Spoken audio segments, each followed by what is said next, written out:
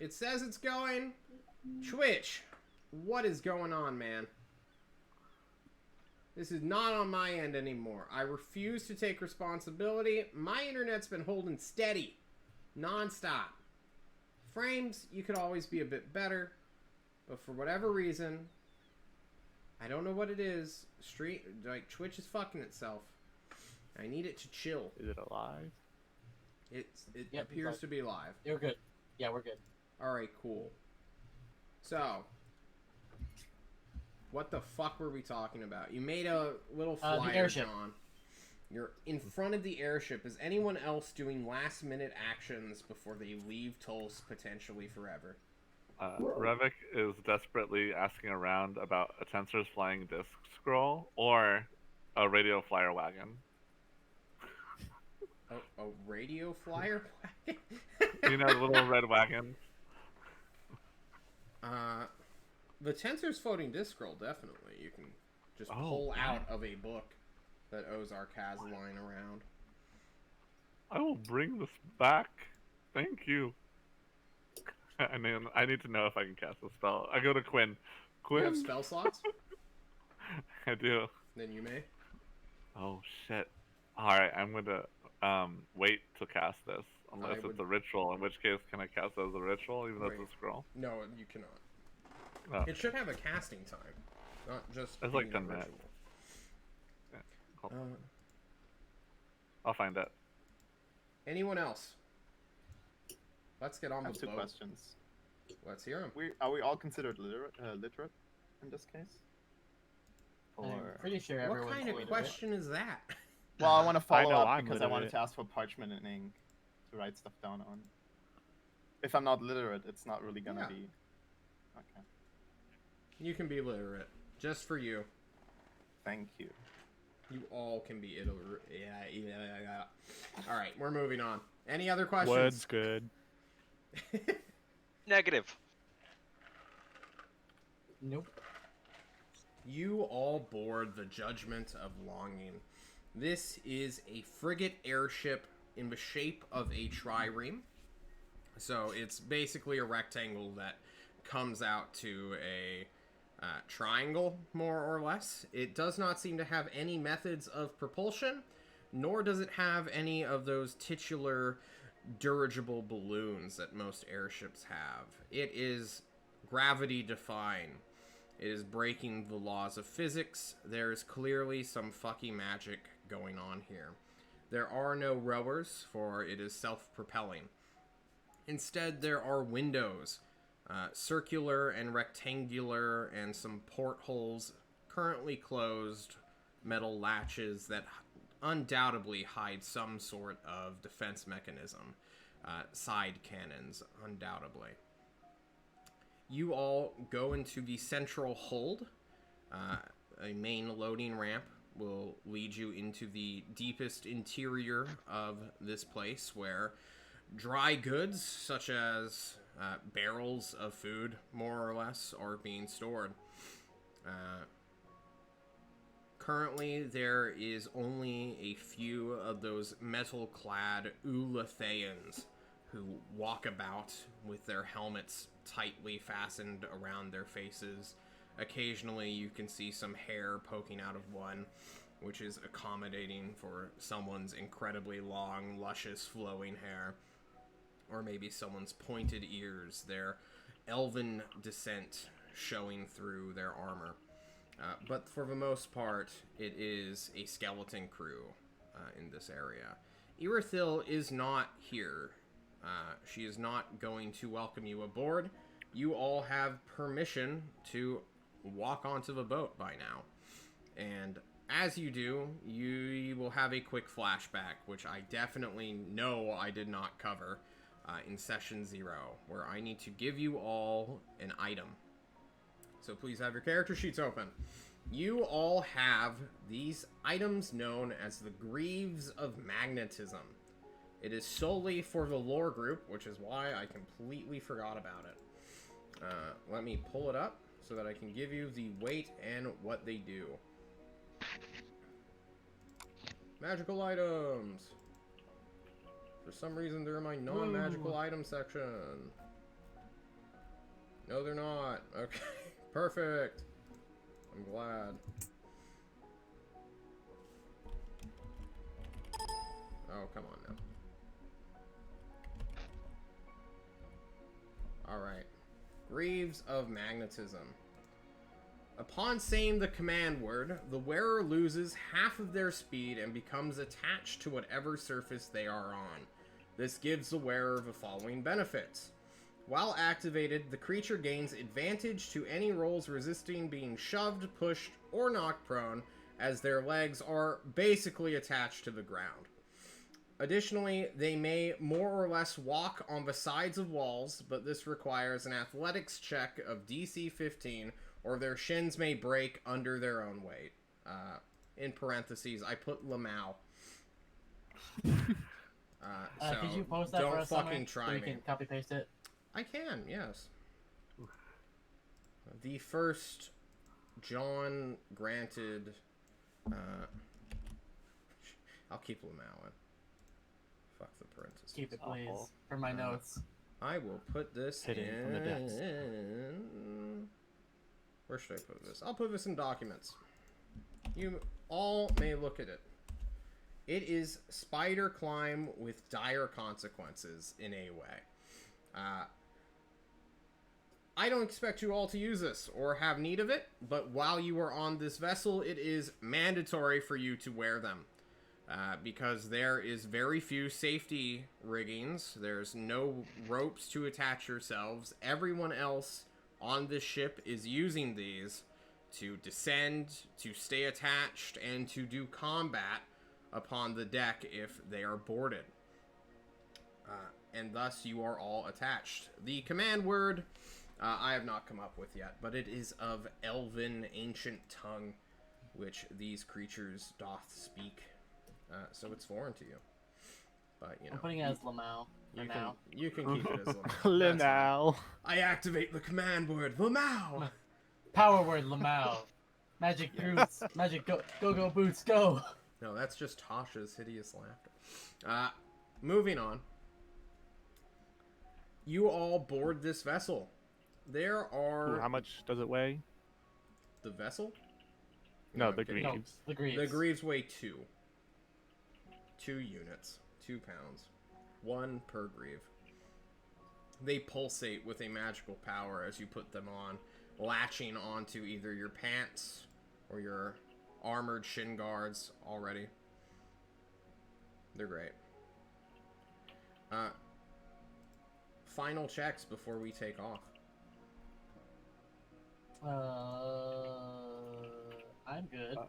Are these the same things that let you like jump off of a ship and accost like little frogmen? Yes. Or okay, cool.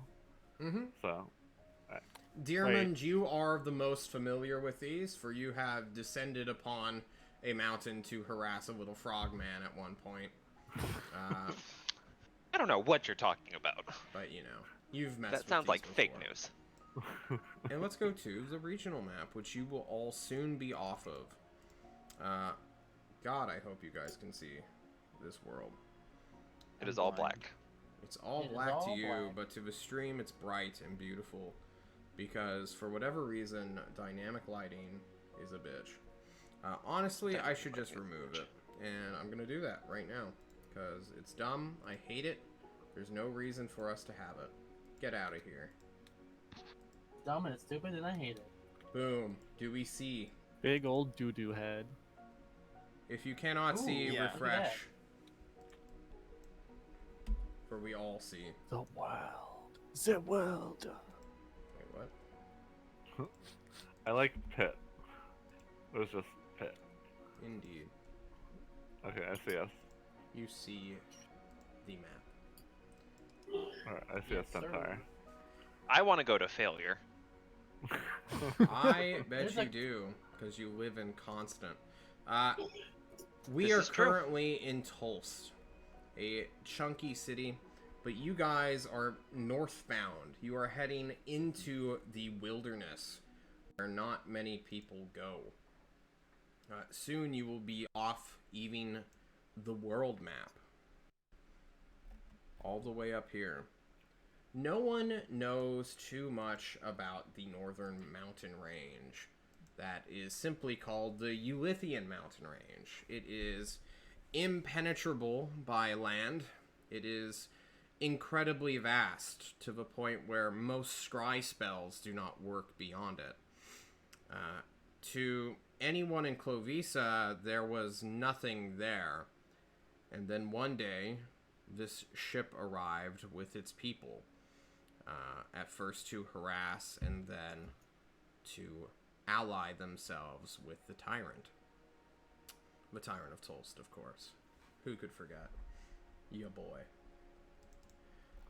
Currently, it is like looking at a Bob Ross painting.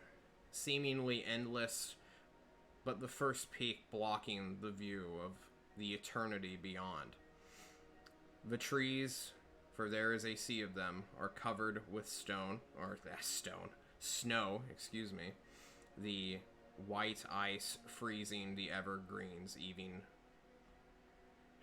this far north. You all are headed out into a no man's land. If something were to happen to you on this airship, no one would ever come get you, because no one would be able to find you. What is that like for you all?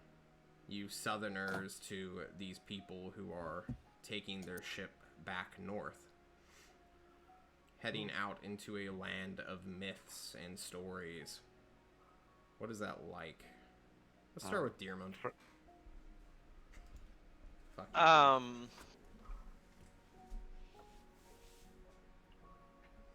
I don't feel like it's a fun thing for him. Dearman has never been the like one to strive for adventure or excitement. And this task, while he like signed up to be part of this expeditionary force, if you will, is still like, obviously it's helping him towards his goal, but there's not necessarily a direct connection towards helping him towards his goal. So he's not only is he venturing into this place that he has never in any sense of the word had any type of desire to go to, but he's also like, why the fuck am I here? Because it's not, again, no direct connection to actually advancing him. Mm-hmm.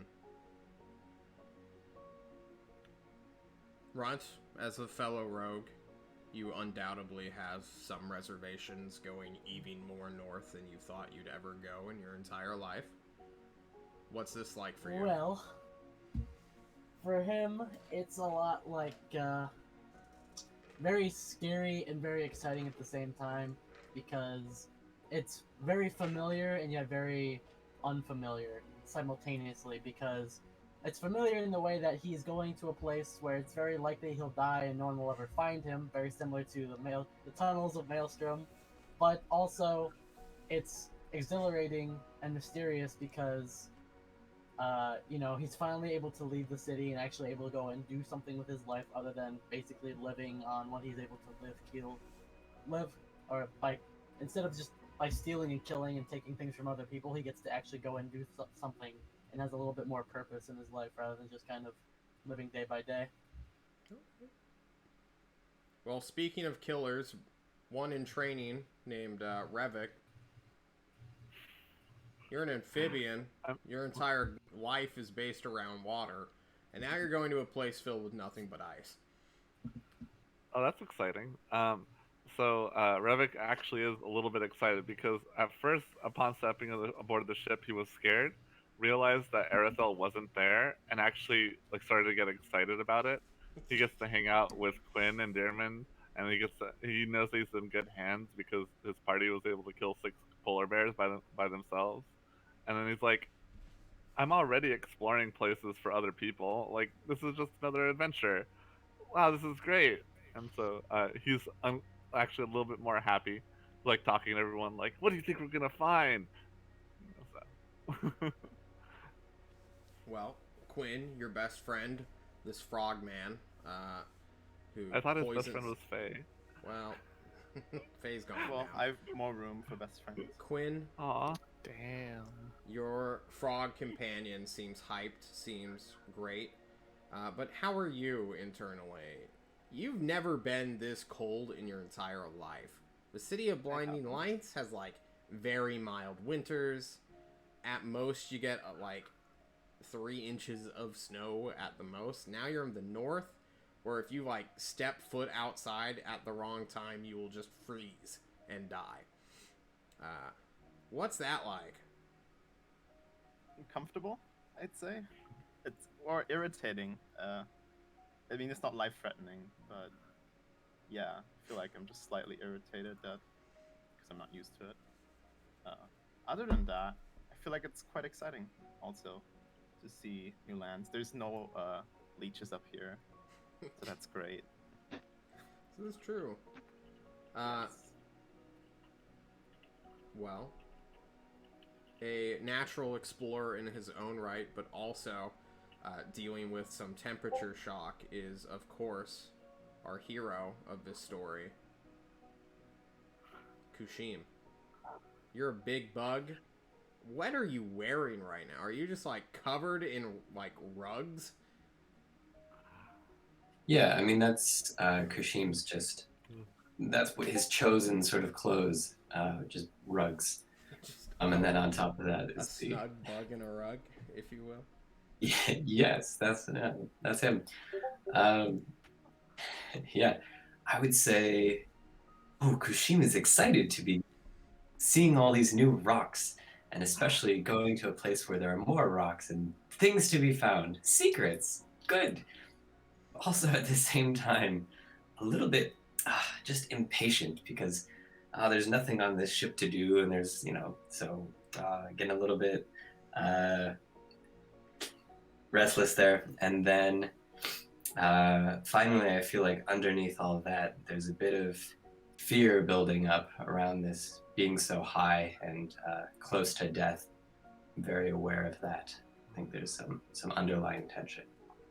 I see. But someone who's not afraid of death, who's been facing it at every opportunity, has been making or taking in several curses upon himself, each undoubtedly life-threatening, is Bepa. The metal upon your skin is freezing you to the bone, but you maintain your concentration upon your task. Bepa, what is going through that silver-lined head of yours? Definitely keep moving. Keep moving. I will freeze if I stop. But more like, I'm glad I have people around me. Being with Bulby and under his tutelage, basically only talk to him for my majority of my life. I have like at least 3 times as many friends now. So moving around, keeping myself not frozen solid, it's good times. Good times. Well, as the door, the great big gangplank that lets people do massive hauls into this hold, closes, and the bay doors shut entirely, you all are hit with a stark, contrasting breath of hot air. The ship's warming begins to circulate once more. You all will become warm and toasty in due time. But for now, you all are sort of chilling out in a hold. You may talk to yourselves for a moment, but soon the airship will begin to move.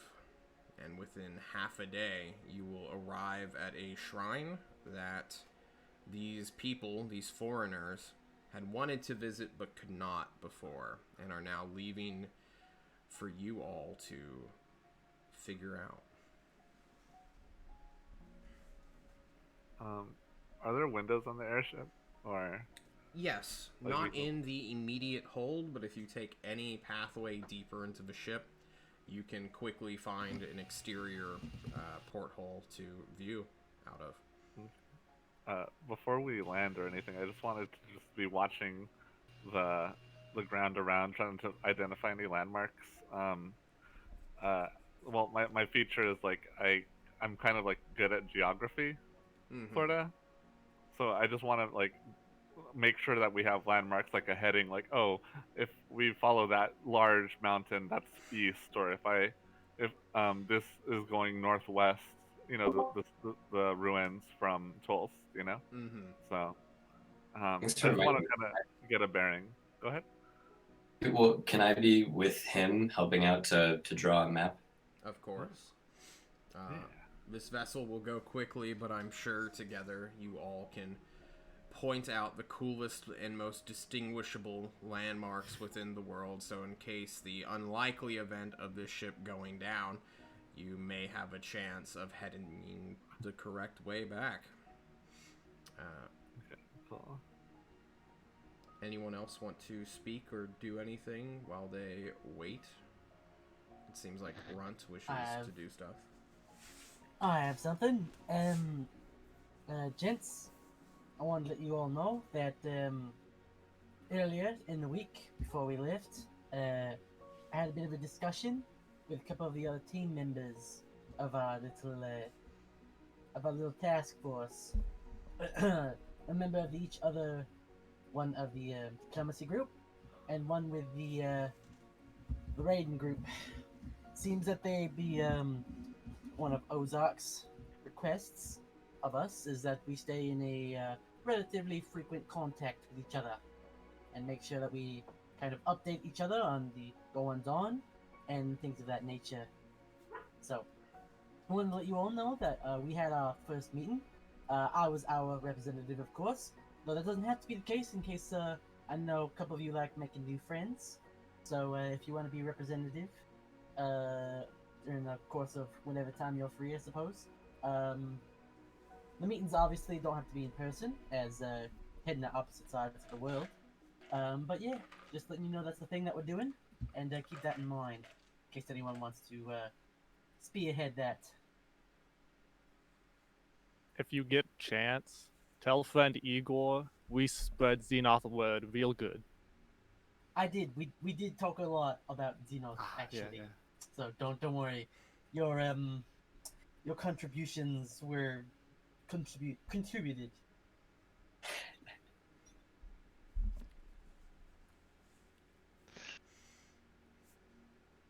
There were a lot of words exchanged relating to the Xenos.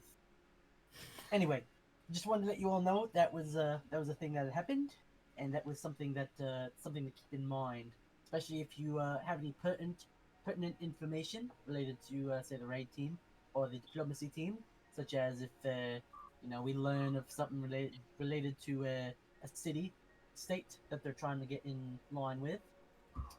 May want to hit them up ASAP. Wow, well, that's a good idea. You're really on top of it, right? It, well, considering all of life is about to be exterminated, I figured it makes sense to be. Oh, when you put it that way, maybe I should be a little bit more serious about this. Okay. Uh, I mean, You're be as right. serious as you like.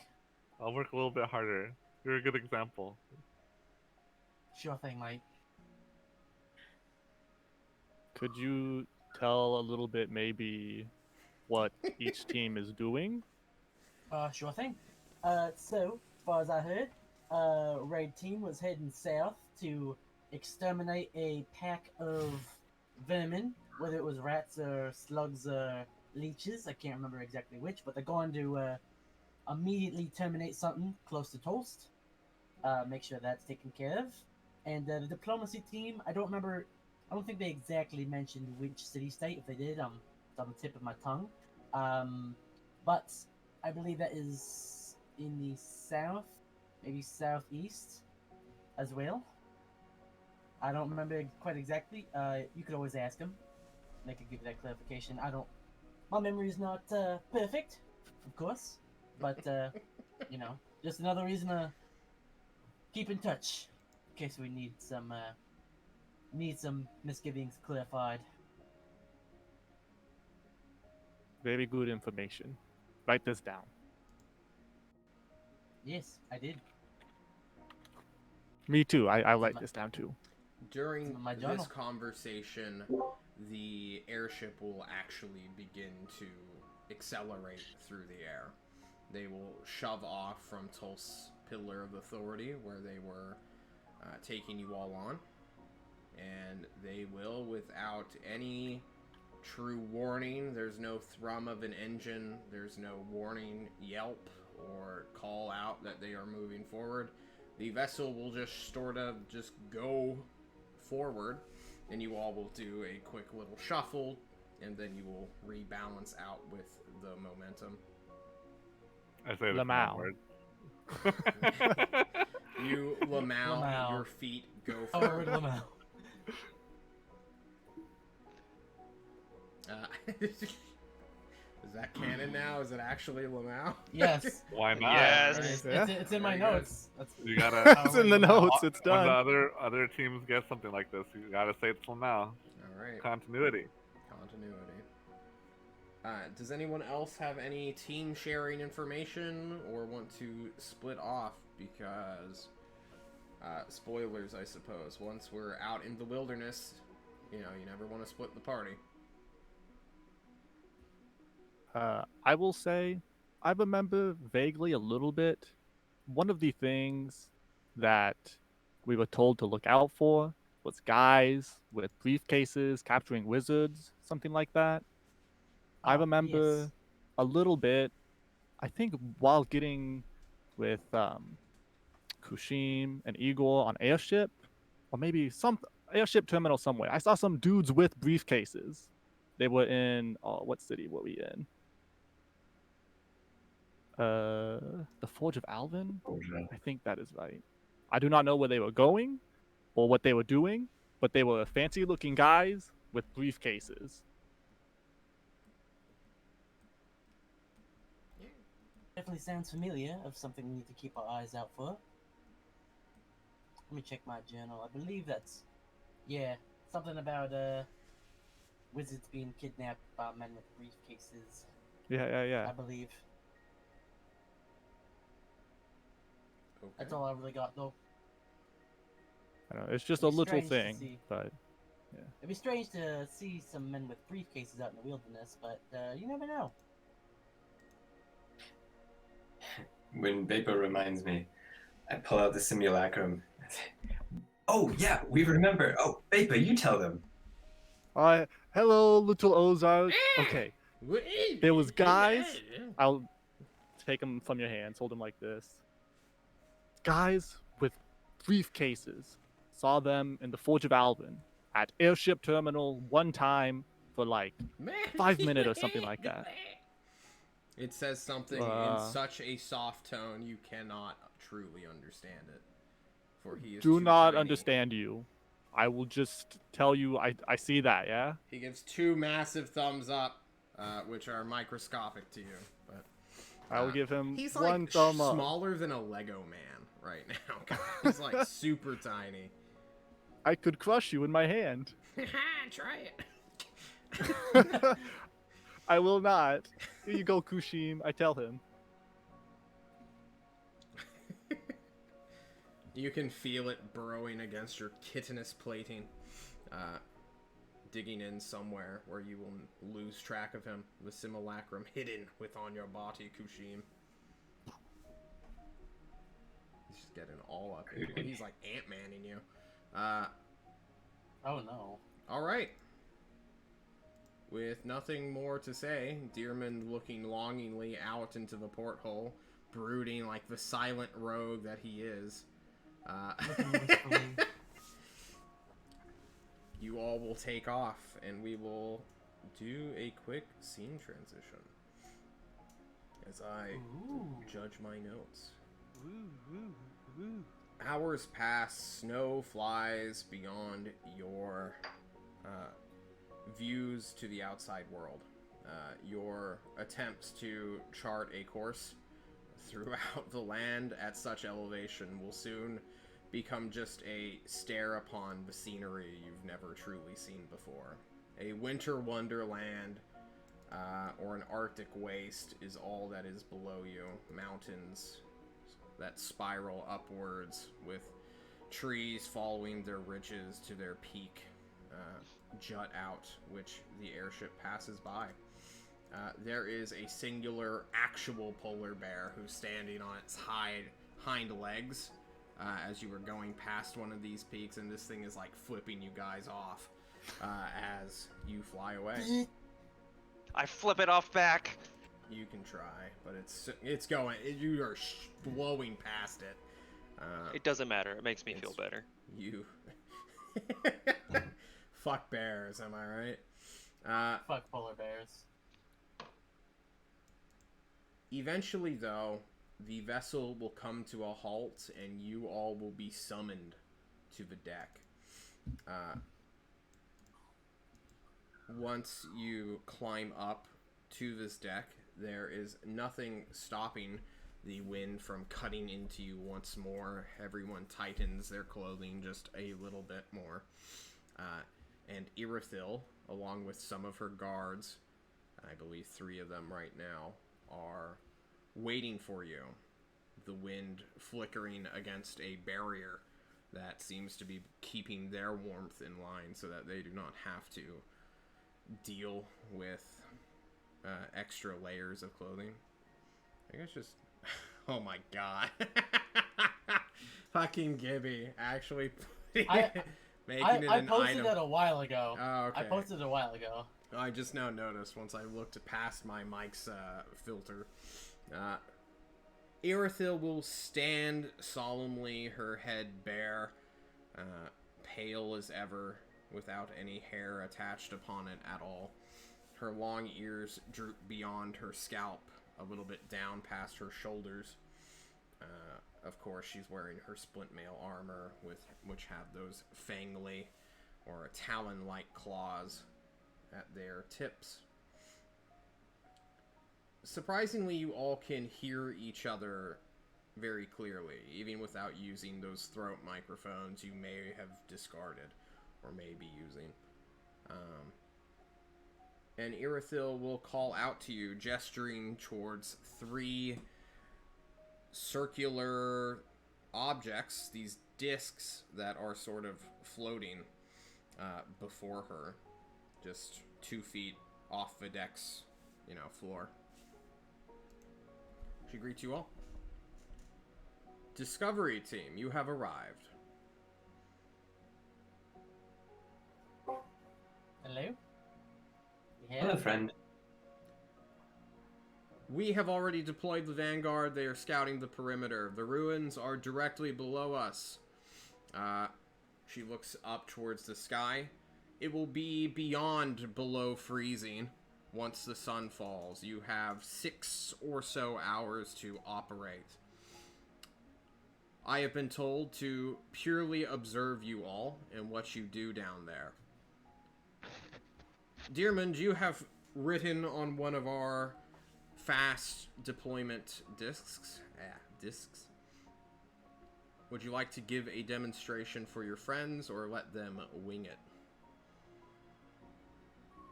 Yeah, I would like them to live, but I just want to put it on the record that I do not wish to demonstrate. Cause it sucks. And then I'm gonna turn to all of them and be like, guys, that really sucks. Well, Is it those scary? are. And then I'm gonna step on one of the plates. Scrolls. You take a big 2-foot step up. Now what do you do? Lamau. Your Greaves womp womp womp womp do their magnetic.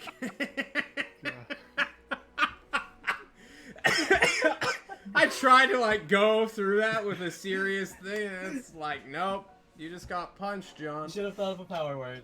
It's true. Lamau. Your cankles, for you are fat now, attach firmly to this disc.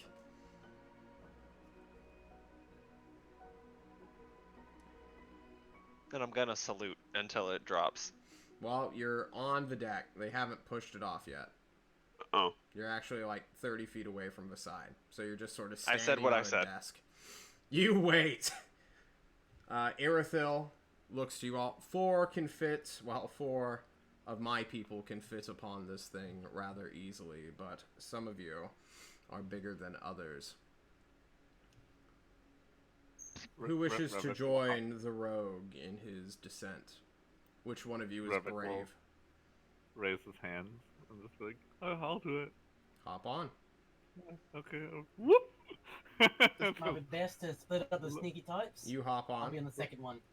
2 of her guards break off and head to this disc's sides, where handlebars are somewhat pointed out. They're mostly unnoticeable, but they begin to drag it towards the edge, Revik. Oh, Lamau? Yep. Alright.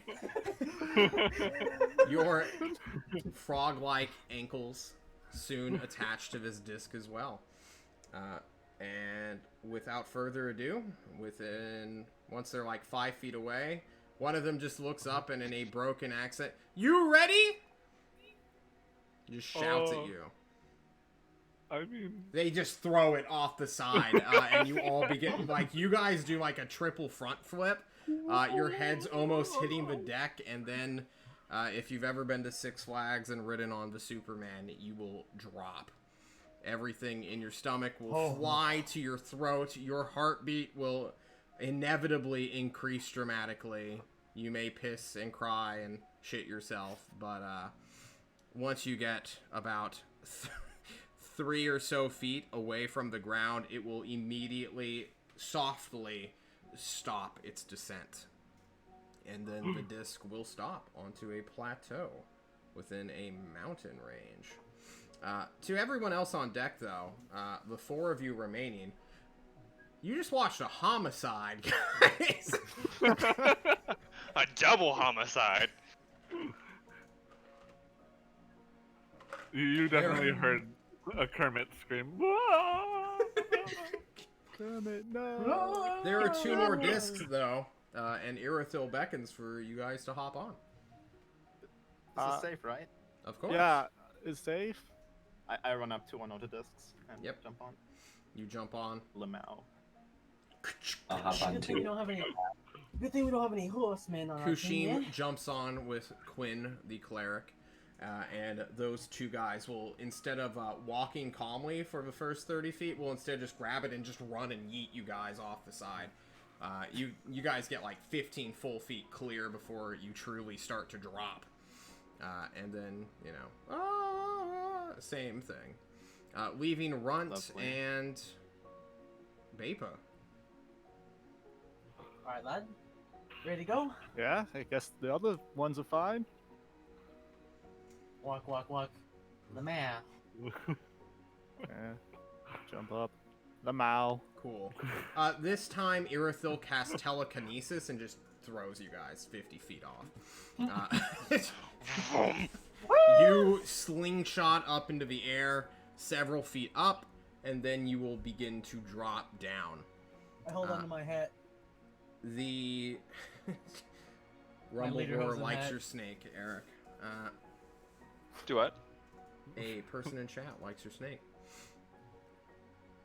Also a person here. That is a gorgeous python. You fall. You all fall in this like very spread out area, but upon a plateau, you all now stand. Again, at 3 feet, the anti-gravity, the magnetism within the discs themselves will begin.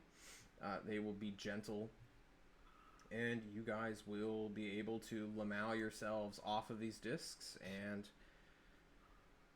look about your present surroundings. And I'm going to look for more suiting music. I think Yuletide? No, that's a campfire. I Yeah, like how's the everybody gondola more. feeling? Not good. Yeah, the shit sucks, doesn't it? Can we go again? Yeah, Never. yeah. Yeah, Never let it again, out, if you Ron. can help it. Let it out. That was my first reaction too. I'm gonna lean over to Oh, Revik. God. You good, Revik? And I'm gonna touch his shoulder. Okay. You I'm touch fine. his shoulder. Thank you. I'm good. Yeah. Do you need water? You I look have like you water. need water. You Yeah. have water? Oh. Okay. Thank you. I appreciate it. You all begin to Wow.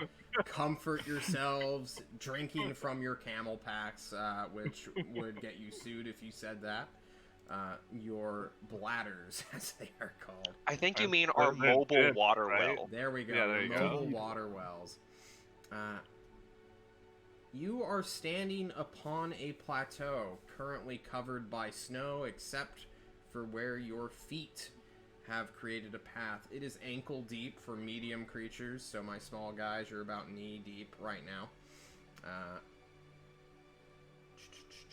A hard surface of flat ground can be felt underneath the snow, and there are, before you, I guess we should start close range and then move outwards. You are standing in this plateau. In front of you all, after you have regathered, there are 6 daises. One directly east, then northeast, then directly, well, I guess more north than east. And then there are 3 others mirror this. I did not prepare a battle map for this, because hopefully you won't battle each other here. But if you want, I can give you a quick, terrible, rough graft, which I'm told are cool to look at. Would you like me to doodle, or would you like me to keep this theater of the mind? Then DM drawing, DM drawing. we will keep this theater of the mind until we need the drawing then. Behind each of these daises, several miles away, mountains linger, except for the 2 in between, where there are 3 before you, for a total of 7 mountains that surround this plateau. Each one is mildly indistinguishable from the rest. I mean, they're mountains, right? They're each several miles high. There's trees and snow obscuring their finer details. But these daises are more interesting than anything else. Each one has a cube of solid stone with on them and a plaque. And directly behind you, there is a stone bench of a plaque that awaits to be read.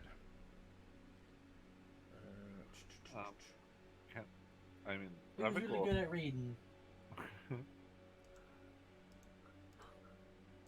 Yeah, seeing that stone cube, gonna make a beetle line straight for that. Haha. Thanks. On one of the daises, or the one behind you? This big bench. Closest one. The closest one. Alright, well, you all scattered somewhat randomly, so I'm just going to roll a d8 and ignore the 8.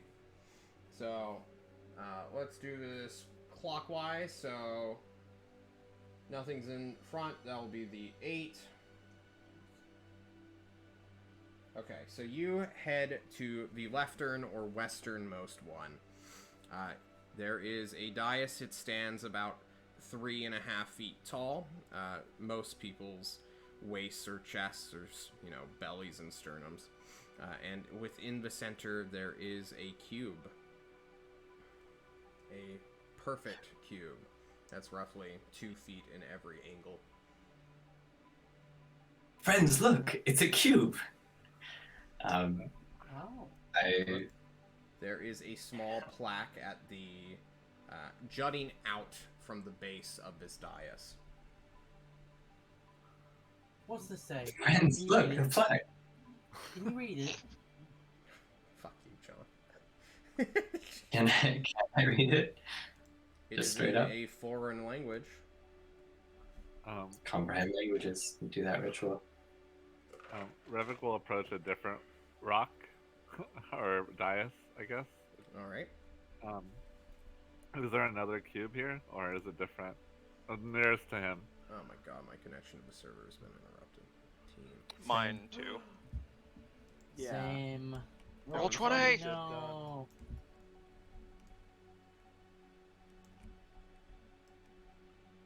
Yes, I am